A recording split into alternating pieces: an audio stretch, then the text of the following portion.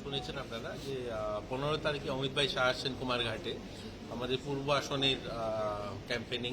তো আমাদের ক্যান্ডিডেট থাকবেন এবং আমাদের অ্যালায়েন্স পার্টনার যারা তারাও থাকবেন মঞ্চে, এবং একটা বড় র্যালি হবে। অমিত ভাইকে শোনার জন্য পুরো উত্তর ঊনকোটি ধলাই জেলার মানুষ উৎসাহিত। তিনি যখনই ওই এলাকায় যান সফল র্যালি হয়। তো আমরা আশাবাদী বড় র্যালি হবে সেখানে। আর 17 তারিখে প্রধানমন্ত্রী আসছেন আস্তাবল ময়দানে, আপনারা জানেন। এই বিষয়গুলো নিয়ে আমাদের অ্যালায়েন্স যারা রয়েছেন তাদের সঙ্গে আইপিএফটি এবং মথা ওনাদের সঙ্গে আলোচনা হয়েছে, এবং আমরা আশাবাদী যে সফল র্যালি হবে এবং আমাদের যে স্বপ্ন, আমরা যেটা ঐতিহাসিক বিজয় দুজনের, সেটা আমরা প্রাপ্ত করব, সেটাই আজকে আলোচনা।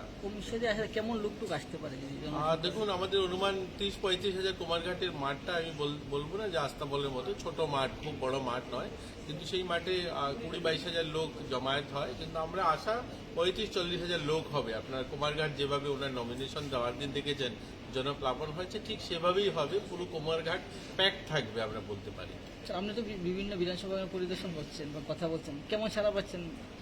আর সবাই বিজেপির পক্ষে। আপনারা তো জানেন মোদি চারিদিকে। আর মোদিজির প্রার্থী তিনি তো আজ সারা দেশে যারা যারা মোদি হয়ে যারা ক্যান্ডিডেট হয়েছেন সবাই বিপুল ভোটে জয়ী হবেন, আমরা আশাবাদী। কারণ আপকি বার 400 পার ইনারা সফল হবে।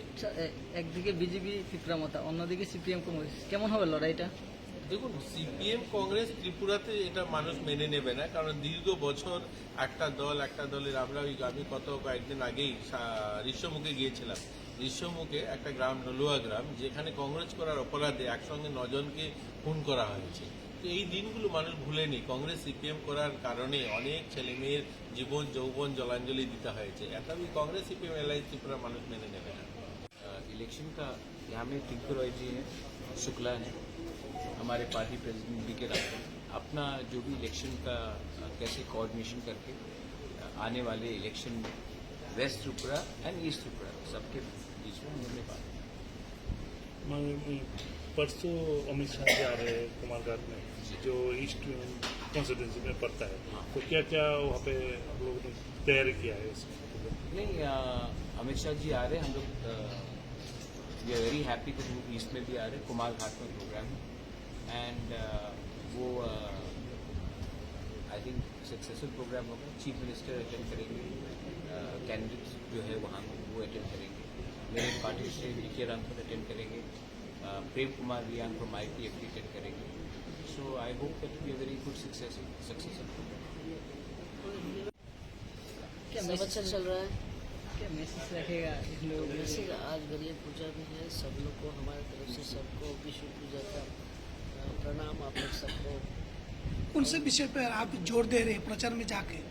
प्रचार में हम लोग सब एक ही है, सब लोग को जीतना है, काम कर रहे हैं।